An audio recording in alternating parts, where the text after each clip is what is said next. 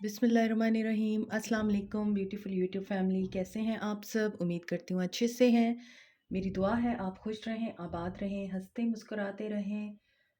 जो आप लोगों की दिली तमन्नाएं हैं ज़रूर पूरी हों और आप लोगों का परमानेंट रीयूनियन भी जल्दी हो। आपके पर्सन आपके लिए बेहतरीन इंसान बन के आप लोगों की ज़िंदगी में वापस आए और आप लोगों की ज़िंदगी में खुशहाली, इत्मीनान, सुकून सब कुछ आए। जो आप चाहते हैं आपकी तमाम दिली मुरादें, तमन्नाएं, दुआएं ज़रूर पूरी हों, आमीन। और आपकी मोहब्बतों प्यार का दिल से शुक्रिया, बहुत मेहरबानी आप लोगों की। आप मुझे सराहते हैं, प्यार देते हैं और मुझे फ़ीडबैक देते हैं। ऐसे ही मुझे फ़ीडबैक देते रहिए। जो चैनल पे नए हैं, वेलकम टू माय चैनल। आप भी मेरे चैनल का हिस्सा बन सकते हैं, फैमिली का हिस्सा बन सकते हैं। मुझे लाइक करके, शेयर करके, सब्सक्राइब करके मेरी वीडियोस को, ओके? तो अभी हम जो रीडिंग कर रहे हैं, इसमें मैं देखूंगी कि आपके पर्सन और आप लोगों के दरमियान जो सिचुएशन इस वक्त चल रही है, नो कांटेक्ट है, पावर स्ट्रगल है और बातचीत करने में भी बहुत ज़्यादा हर्डल्स आ रहे हैं। तो ये रिश्ता किस तरफ जा रहा है, इस रिश्ते का क्या मुस्तकबिल है और इस रिश्ते को लेके आपके पर्सन किस हद तक सीरियस हैं। स्टार्ट करते हैं आप लोगों की reading. It's a general reading, as you know, हर किसी के साथ नहीं रेजोनेट करती और जो मैसेजेस आपके साथ रेजोनेट करें उन्हें रखा करें, जो रेजोनेट नहीं करते उन्हें जाने दिया कीजिए। और सबसे बढ़कर ये जेंडर स्पेसिफिकेशन मेरी वीडियोस में बिल्कुल नहीं होती है। मेल फीमेल, मैरिड अनमैरिड सब लोगों के लिए होती है रीडिंग। बहुत कम होता है जब मेरी रीडिंग में कोई ऐसा स्पेसिफिक मैसेज आए जो सिंगल लोगों के लिए हो या फिर मैरिड लोगों के लिए हो, लेकिन मोस्ट ऑफ द टाइम ये रीडिंग सबके लिए होती है, आप सब लोग जानते हैं। और लिंक मेरा कांटेक्ट करने के लिए डिस्क्रिप्शन बॉक्स में दिया हुआ है। मुझे इंस्टा पे भी फॉलो कीजिए, वहाँ मैं डेली बेसिस पे आप लोगों के लिए रील्स डालती हूँ उनकी करंट फीलिंग्स के हवाले से, तो आप वो भी देख सकते हैं। और मेरे इंस्टा का जो लिंक है वो डिस्क्रिप्शन बॉक्स में भी है और ऊपर दिया हुआ है कॉर्नर पे, तो आप वहाँ पे भी मुझे सब्सक्राइब कर सकते हैं।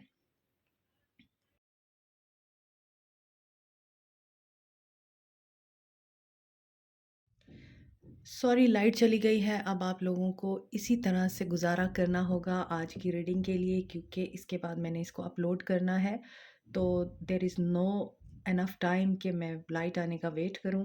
तो यहाँ पर जो साइंस मुझे नज़र आ रहे हैं वो हैं एरीज, लियो, सैज, एक्वेरियस, लिब्रा, जेमिनाई, वर्गो, टॉरस।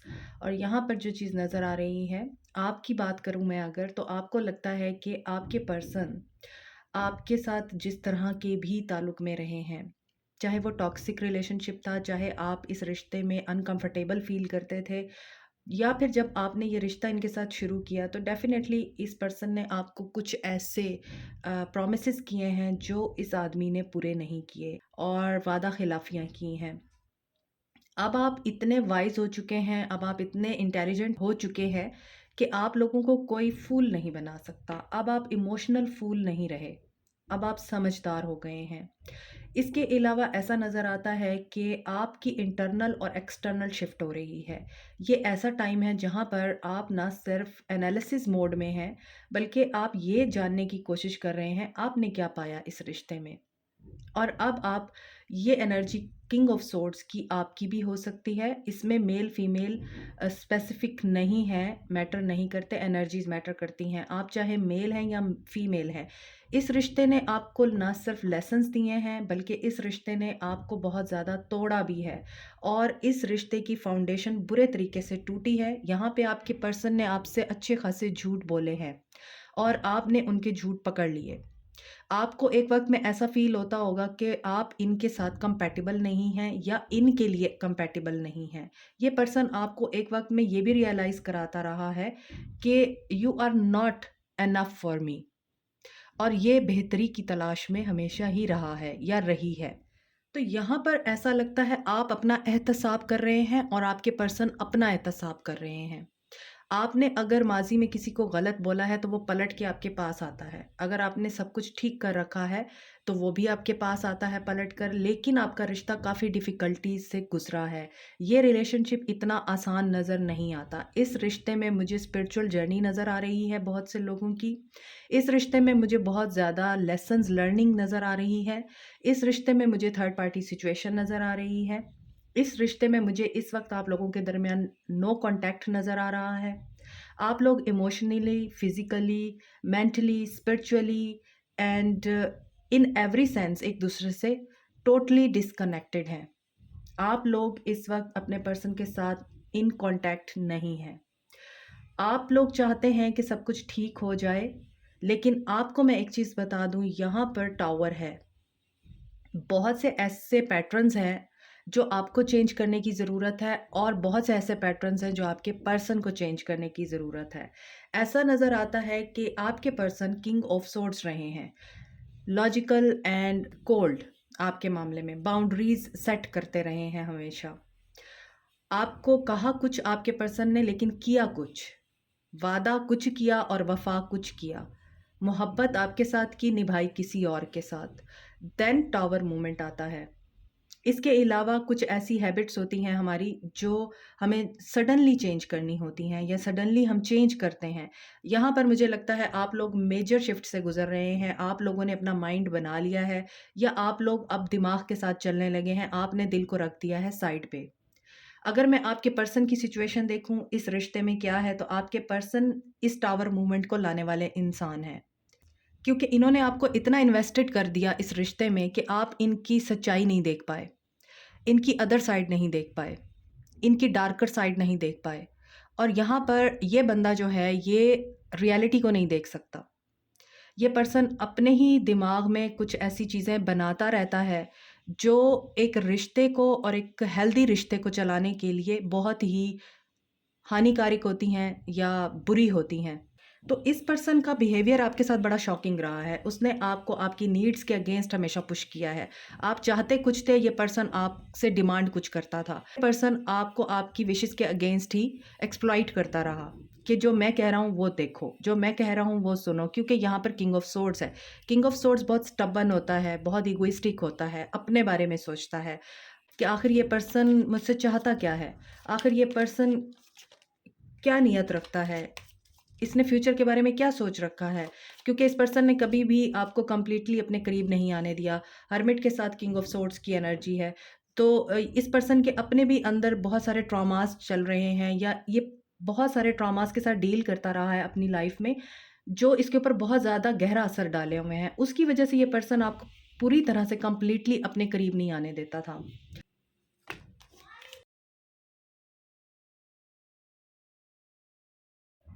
कैंसर, पाइसेस, स्कॉर्पियो है, कैप्रिकॉर्न, टॉरस, वर्गो है, लिब्रा एनर्जी है, एरीज, लियो, सैज है। तो सारे साइंस आ गए हैं यहाँ पर। अब यहाँ पर सिचुएशन ये है कि देखिए यहाँ पे 4 ऑफ कप्स, आप हमेशा ही रिजेक्टेड फील करते रहे हैं, डिसअपॉइंटेड रहे हैं इस ताल्लुक में। आपके दरमियान हमेशा एक इमोशनल गैप रहा है।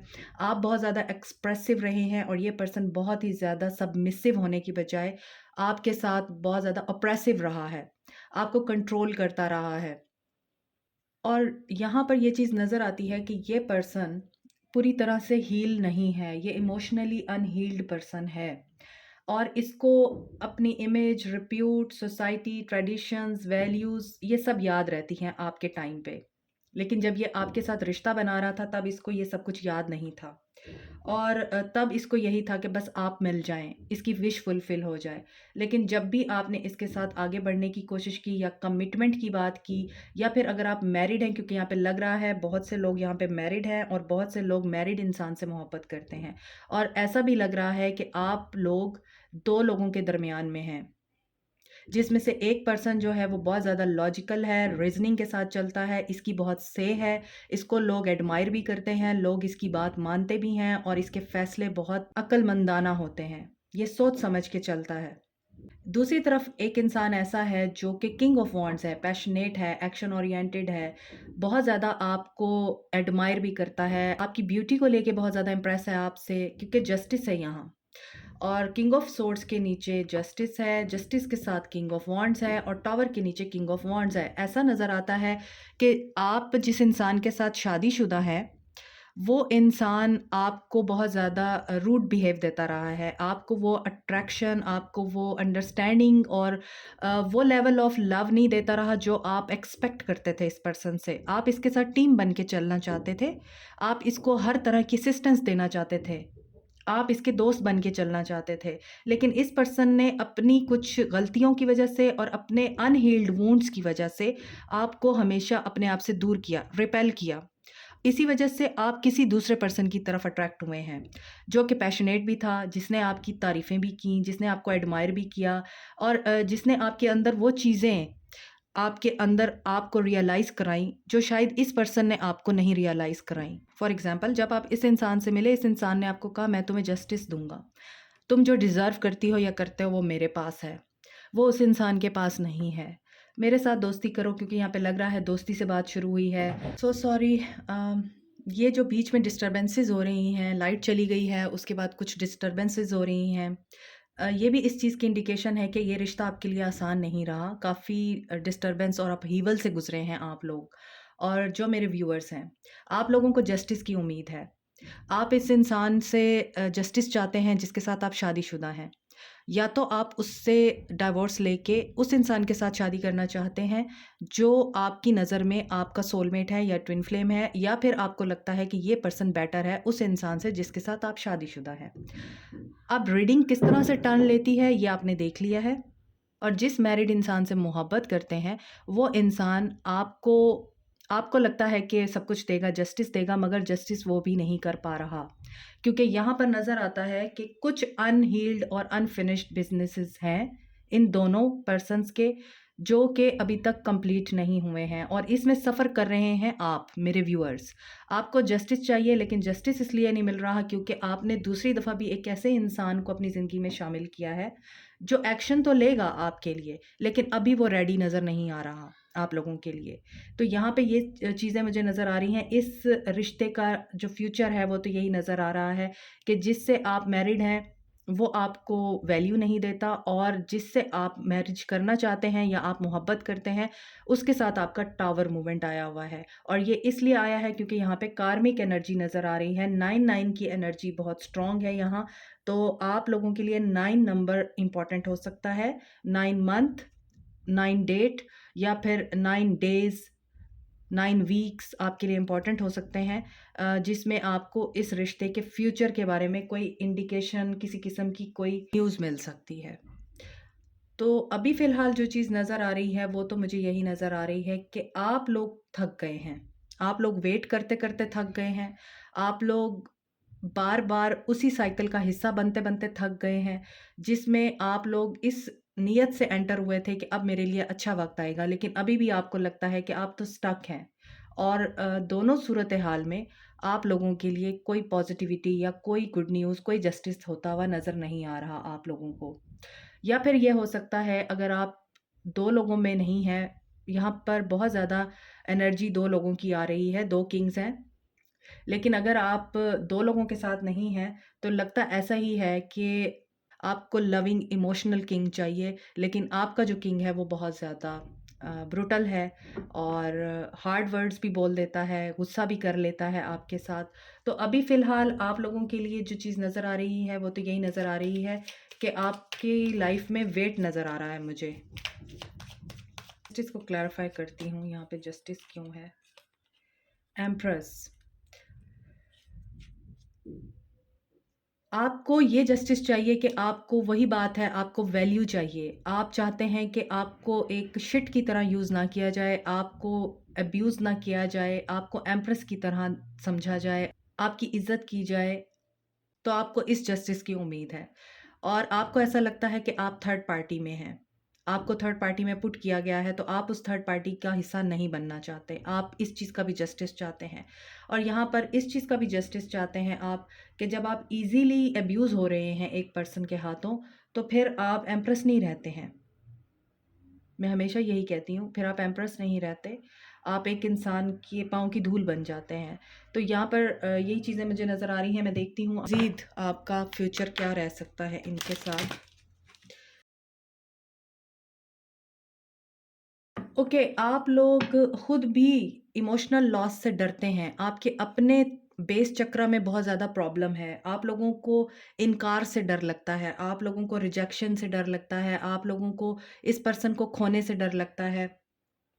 आप लोग डरते हैं कि कहीं इस पर्सन के साथ जो टावर मूवमेंट आया है, ये परमानेंट टावर मूवमेंट में ना कन्वर्ट हो जाए और हमेशा के लिए दूरी ना आ जाए। तो यहाँ पर अवेयरनेस का कार्ड है, आप लोगों को इस चीज़ की अवेयरनेस होनी चाहिए, जो भी होता है अल्लाह की रज़ा से होता है। यहाँ 4 ऑफ पेंटिकल्स है, यहाँ 4 ऑफ कप्स है। आपको स्टेबिलिटी चाहिए, आपको बैलेंस चाहिए, जो कि आ नहीं रहा। आपको जस्टिस चाहिए, जो कि आपके साथ हो नहीं रहा। यहाँ पे लग रहा है कि आपको खुद भी आपकी गट फीलिंग्स, आपकी इंट्यूशन बताती है, आपको भी कभी-कभार बहुत गुस्सा आता है। आपको लगता है कि आप जो डिज़र्व करते हैं आपको वो नहीं मिल रहा, तो आपको मूव ऑन कर लेना चाहिए, आपको स्टे नहीं करना चाहिए इस रिश्ते में। चाहे इमोशनल लॉस होता है, चाहे ये पर्सन आपके ऊपर शक करता है, आपको होल्ड करने की कोशिश करता है या आपको स्टेबिलिटी नहीं देता। अगेन 4 ऑफ सोर्ड्स की एनर्जी है और डिसेप्शन एंड एनवी का कार्ड जो है रिवर्स में आया है, आगे हार्टिक एंड लॉस है। तो सफरिंग इन साइलेंस जो है वो रिवर्स में, हालाँकि मैं रिवर्सल लेती नहीं, लेकिन इस सिचुएशन में मुझे लग रहा है आपके माइंड में जो भी चीज़ें चल रही हैं, आपको जिस भी चीज़ का डिसेप्शन है या आप जिस भी बात के बारे में या अपने पर्सन के बारे में धोखे में हैं, वो धोखा आपका ख़त्म होने वाला है। आपके ऊपर सच्चाई रिवील होने वाली है। आपको एनालिसिस करने की ज़रूरत है, रेस्ट मोड में जाने की ज़रूरत है और चीज़ों को ब्रॉडर पर्सपेक्टिव में देखने की ज़रूरत है कि क्या वाक़ई जिस रिश्ते को आप अपनी ज़िंदगी में मैनिफेस्ट कर रहे हैं, वो आगे जाके आप लोगों के लिए बेहतरी लाएगा या मज़ीद डिस्ट्रक्शन और डिस्टर्बेंस लाएगा, ये आपको देखना है क्योंकि यहाँ पे 4 ऑफ पेंटिकल्स का कार्ड है। ये पर्सन बहुत ज़्यादा कंट्रोलिंग लगता है मुझे।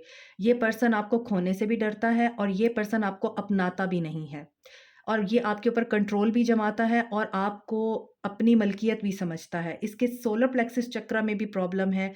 इसको अपनी इंट्यूशन की समझ नहीं आती। यहाँ पर मैजिशियन और सोलर प्लेक्सिस चक्र ये दोनों आपकी गट फीलिंग और इंट्यूशन को भी बताते हैं। यहाँ भी इस पर्सन के हेड पर एक लाइट जल रही है। आपकी इंट्यूशन इतनी स्ट्रॉन्ग है कि आप सेंस कर सकते हैं डेंजर को और हैप्पीनेस को। तो आप अपनी इंट्यूशन की सुनिए इस मामले में। बहुत सारी चीज़ें रिवील होने वाली हैं। इस सिनेरियो में जैसे कि मैंने आपको बताया है 9 नंबर, 9 डे, 9 वीक्स इम्पोर्टेंट हो सकते हैं आपके लिए। यहाँ पर ऐसा लगता है इस पर्सन ने अपने दिल को पकड़ा हुआ है और यहाँ पे इसके बेस चक्र में प्रॉब्लम है। ये इमोशनली अवेलेबल नहीं है आप लोगों के लिए ये पर्सन। और हो सकता है जब भी आपने इस इंसान से अपने बारे में या अपने राइट्स के बारे में बात करने की कोशिश की है, तो इस इंसान ने हमेशा ही आपको कुछ ऐसी बातें की हैं जिससे आपको ये रियलाइज़ कराया है कि आपने इससे बात करके गलती की। आपको इन सब चीज़ों की अवेयरनेस आ रही है। अपनी इंट्यूशन की सुनिए। रिकवरी, या तो इस पर्सन की हेल्थ ख़राब है या फिर आपकी हेल्थ ख़राब है। आपको ग्रैटिट्यूड की एनर्जी में आना है और यहाँ पर मुझे ऐसा लगता है कि अभी आप जिसके साथ मैरिड हैं, वही पर्सन आपके लिए बेहतर है इन मैनी सेंस, जो आप देख नहीं पा रहे। आगे चॉइसेस आपकी हैं। फेसिड, इसने बचपन में अपने फादर को खोया है या फिर ऐसा नज़र आता है कि इसकी लाइफ में कोई ऐसा पर्सन आया है जिसने इसके बचपन के ज़ख्मों को हील किया है और अब ये ग्रैटिट्यूड की एनर्जी में आ रहा है क्योंकि इसके अंदर के अच्छे खासे जो ट्रॉमास हैं वो हील हो चुके हैं।